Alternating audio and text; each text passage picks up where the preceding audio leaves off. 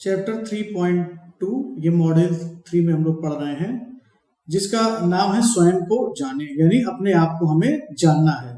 देखिए बेसिकली होता क्या है कि कई सारी चीजें हमारे पास होती हैं, कुछ हमारे गुण के रूप में होती हैं और कुछ हमारे दोषों के रूप में होती हैं, जो कि हमारे अंदर ही विद्यमान होती हैं, हम लोग ये कह सकते हैं। लेकिन हम लोग उन्हें अच्छे से समझ नहीं पाते, यानी अगर जो खूबियां हैं, जो अच्छाइयां हैं, उनको हम और अच्छा मजबूत नहीं कर पाते और जो कमियां हैं उसको हम अच्छे से दूर नहीं कर पाते। इसीलिए हमें ये जानना बहुत जरूरी है कि जो हमारी अच्छाई है, जो हमारे अंदर के गुण हैं, उसको हम और निखारें और जो कमियां हैं उस पर हम वर्क करें, उसमें वर्कआउट करें, ताकि हम उसको अपने व्यक्तित्व से एलिमिनेट कर सकें, यानी कमियों को हम दूर कर सकें। जैसे सपोज करिए आपने कोई भोजन लिया और भोजन में अगर मान लीजिए कोई अपशिष्ट पदार्थ गिर गया, कोई मक्खी गिर गई, तो आप उसे क्या करते हैं, उसे आप हटा देते हैं, यानी उस भोजन का वो दोष है, कमी है, कमी को आपने हटा दिया और सही चीजों को आपने ऐड कर लिया, तो आपका व्यक्तित्व बहुत अच्छा बन जाता है। तो हम लोग इस चैप्टर में 3 पॉइंट्स को पढ़ेंगे। पहला है स्वयं को जानने का क्या अर्थ है, यानी स्वयं को समझने का मतलब क्या होता है, और दूसरा है खूबियां यानी स्ट्रेंथ, जिसे हम अपना प्लस पॉइंट कहते हैं कि ये चीज हमारे अंदर अच्छी चीजें हैं, उसके बारे में, और अपने गुण, योग्यता और प्रतिभा पर हम लोग बात करेंगे कि कैसे हम लोग इसको समझ सकते हैं और कैसे और ज्यादा अच्छा बना सकते हैं। आइए समझते हैं स्वयं को जानने से क्या आशय है, यानी स्वयं को जब हम कहते हैं कि हम अपने आप को जाने, तो इस चीज से हमारा क्या मतलब होता है।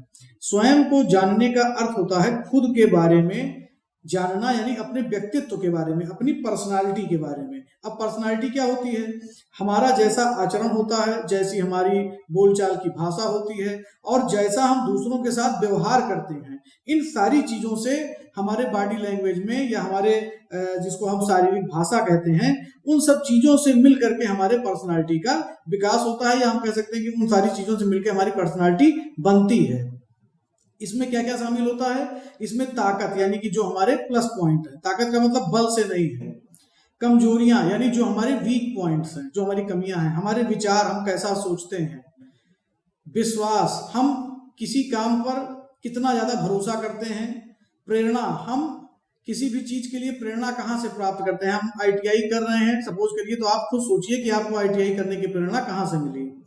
मूल्य और आकांक्षाएं, मूल्य हम लोग पिछले चैप्टर में डिस्कस कर चुके हैं, और आकांक्षाओं का मतलब क्या क्या चीजें हमें और अच्छी करनी चाहिए अपने लाइफ में, यह सब शामिल है। इसे आप अच्छे से याद रखिएगा, क्योंकि ऑब्जेक्टिव टाइप क्वेश्चन में इनमें से क्या पर्सनालिटी के बारे में आता है, ये आपसे पूछा जाएगा। जीवन को आकार देता है, हम अपनी ताकतों को और मजबूत कर सकते हैं और उन क्षेत्रों की पहचान भी कर सकते हैं जिनमें हमको सुधार करना है, यानी जो हमारे प्लस पॉइंट हैं उनको हम क्या करें और अच्छे से मजबूत करें, और जो कमियां हैं उसको हम क्या करें, कमियों का कारण जान के उनको दूर करने का प्रयास करें। अब क्षमता यानी एबिलिटी और रुचि यानी इंटरेस्ट, इसमें क्या डिफरेंस है इसको समझिए।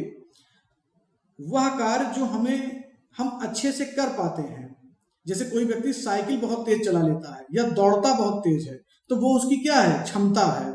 लेकिन रुचि, जब कोई गतिविधि करना हमें पसंद हो, जैसे गिटार बजाना किसी को पसंद है, गाना गाना किसी को पसंद है, तो वो उसका रुचि है, यानी वो उसका इंटरेस्ट का सब्जेक्ट है।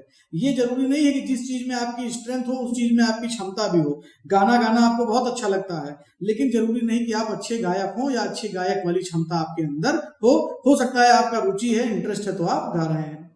वह कार्य जिसे दूसरे लोग हमारे गुण समझते हैं, क्षमता, मान लीजिए कोई व्यक्ति है जो बहुत वजनी सामान उठा सकता है, यानी उसके पास बहुत क्षमता है, बहुत ताकत है, तो दूसरे लोगों की नजर में वो जो उसकी ताकत है वो उसकी क्या है, कैपेसिटी है, यानी क्षमता है। और वह चीजें या कार्य जो हमको खुशी देते हैं वो रुचि होते हैं। जैसे आपने गाना गाया या गाना बजाया या गाना सुना, जो भी इंटरेस्ट हो आपका, तो वो आपको संतुष्टि प्रदान करता है। किसी का जंक फूड खाने का बहुत मन करता है, तो वो जब जंक फूड खा लेता है तो उसको खुशी मिलती है, ठीक है ना।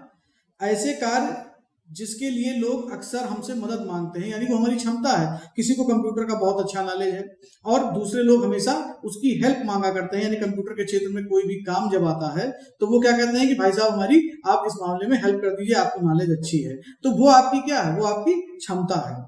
कुछ ऐसा जो हम अपने खाली समय में करते हैं वो हमारी रुचि है। जैसे कई लोगों को, कई छात्र या छात्राओं को हमने देखा है कि वो खाली समय में पढ़ाई से समय निकाल के उनको कुकिंग अच्छा लगता है, या छात्राएं हैं तो उनको आर्ट का सब्जेक्ट अच्छा लगता है, वो आर्ट करती हैं, कढ़ाई का काम करती हैं, या अपनी रुचि के अनुसार कोई भी काम जो आप अपने खाली समय में करना चाहते हैं।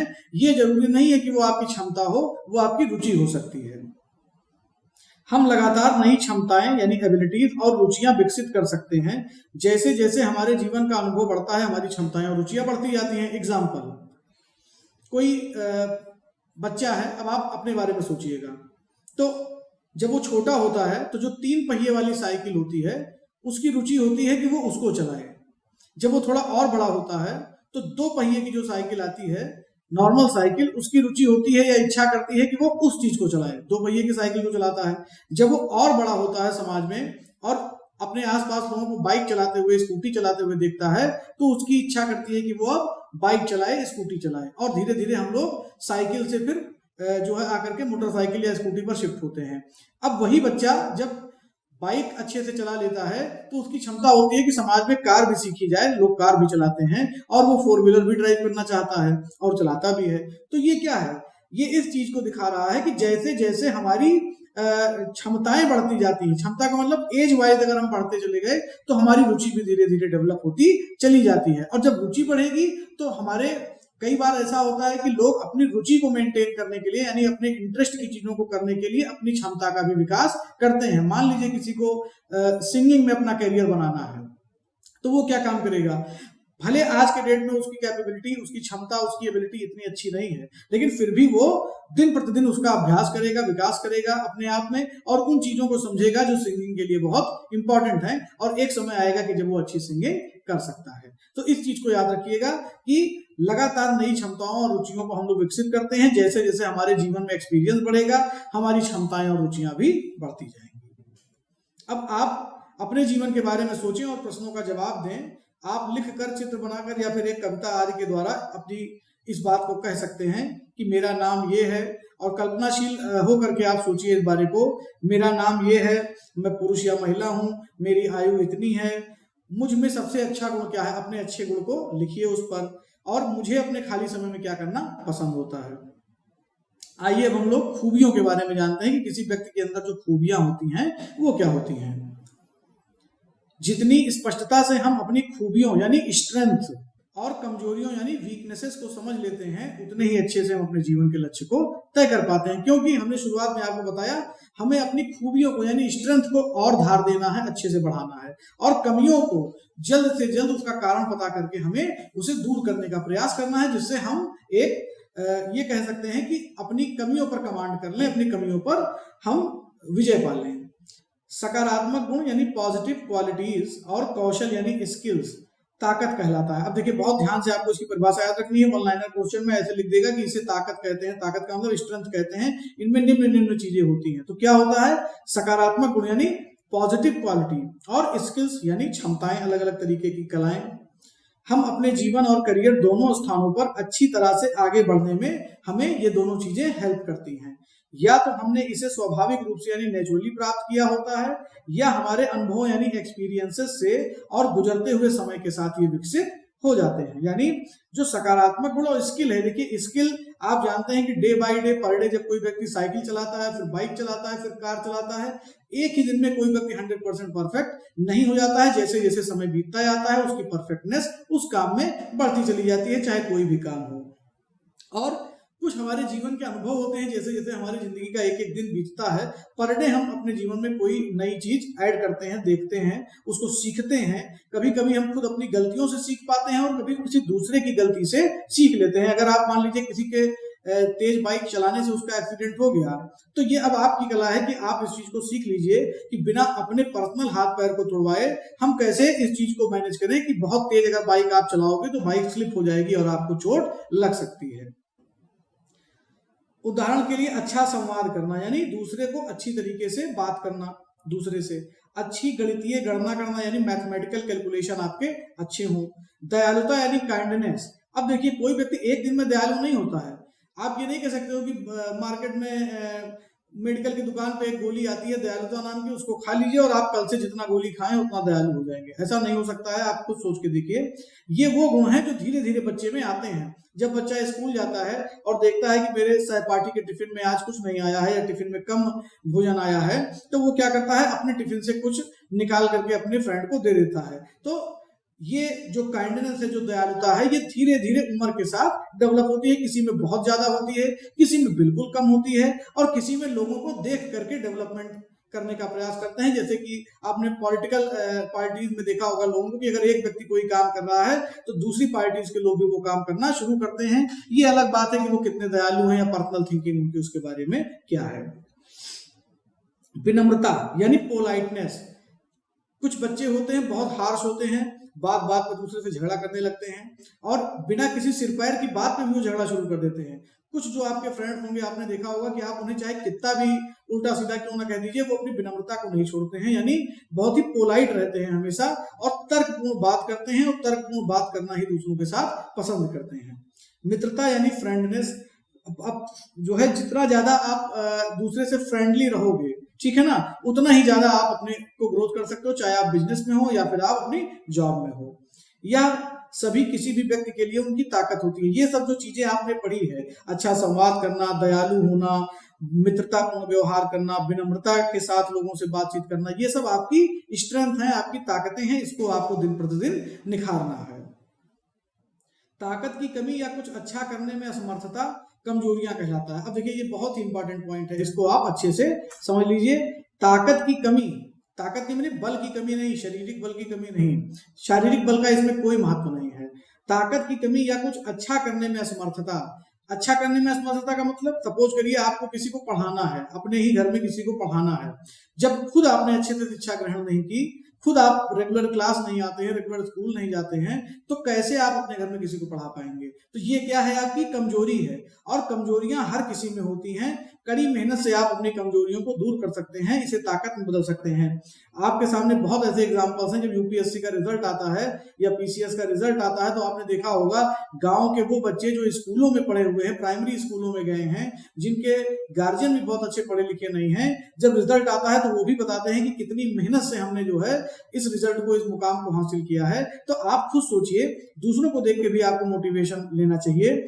जब वो कर सकते हैं कठिन परिस्थितियों में, तो आप भी कर सकते हैं। तो अपनी कमियों को अपनी ताकत में बदलें। जितना जल्दी आप इस काम पर अपना प्रयास शुरू कर देंगे, उतना ही जल्दी आप अपने व्यक्तित्व को बदल पाएंगे। और सच मानिए, केवल नौकरी प्राप्त कर लेना या अच्छी शिक्षा प्राप्त कर लेने से ही केवल आपके व्यक्तित्व का विकास नहीं होगा।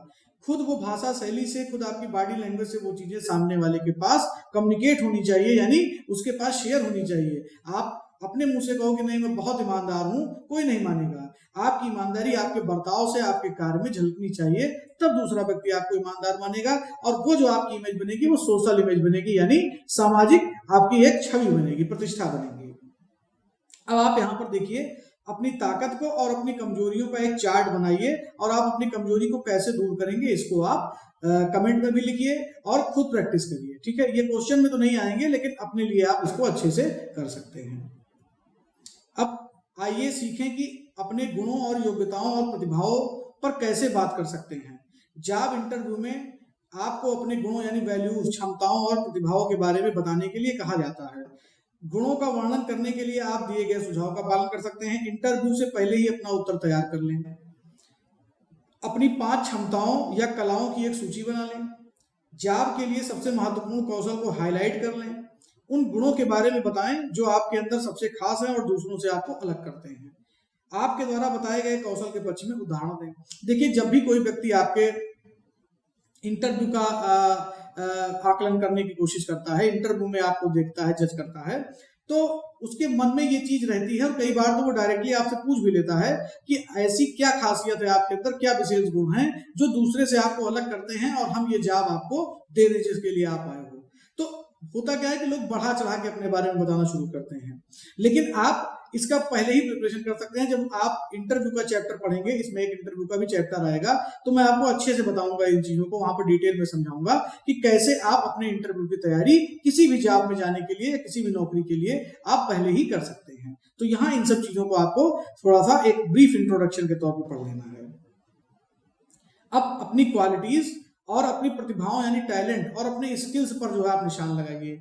ईमानदार होना क्या है, एक गुण है, और एक अच्छा चित्रकार होना क्या है, ये एक प्रतिभा है यानी टैलेंट है, और एक अच्छा नेता होना ये क्या है, ये कौशल है यानी स्किल है। देखिए यहाँ पे आपको गुण यानी क्वालिटीज, प्रतिभा यानी टैलेंट और कौशल यानी स्किल्स तीनों को डिफरेंट करके समझना है, डिफरेंट पढ़ना है। ये भी पूछा जा सकता है आपके ऑब्जेक्टिव क्वेश्चन में कि एक अच्छा होना नेता निम्न में से क्या है, अच्छा गुण है, अच्छी प्रतिभा है, अच्छा कौशल है, या इनमें से कोई नहीं। तो इस पॉइंट ऑफ व्यू से आप इसको पढ़िएगा, स्क्रीनशॉट ले लीजिएगा। जितनी बार आप चैप्टर को रिवाइज करके देखेंगे वीडियो को, जितनी बार पढ़ेंगे अच्छे से, उतना ही आपका अच्छे से मजबूत होता जाएगा। दूसरों का ध्यान रखना, आपके घर में आपकी मम्मी है, आपके सिस्टर हैं, वो आपका ध्यान रखती हैं, वो क्या है, उनका कौशल है, उनकी प्रतिभा है या उनका गुण है, ठीक है ना। और एक गायक है जो गाना अच्छे से गा रहा है, वो उसकी प्रतिभा है।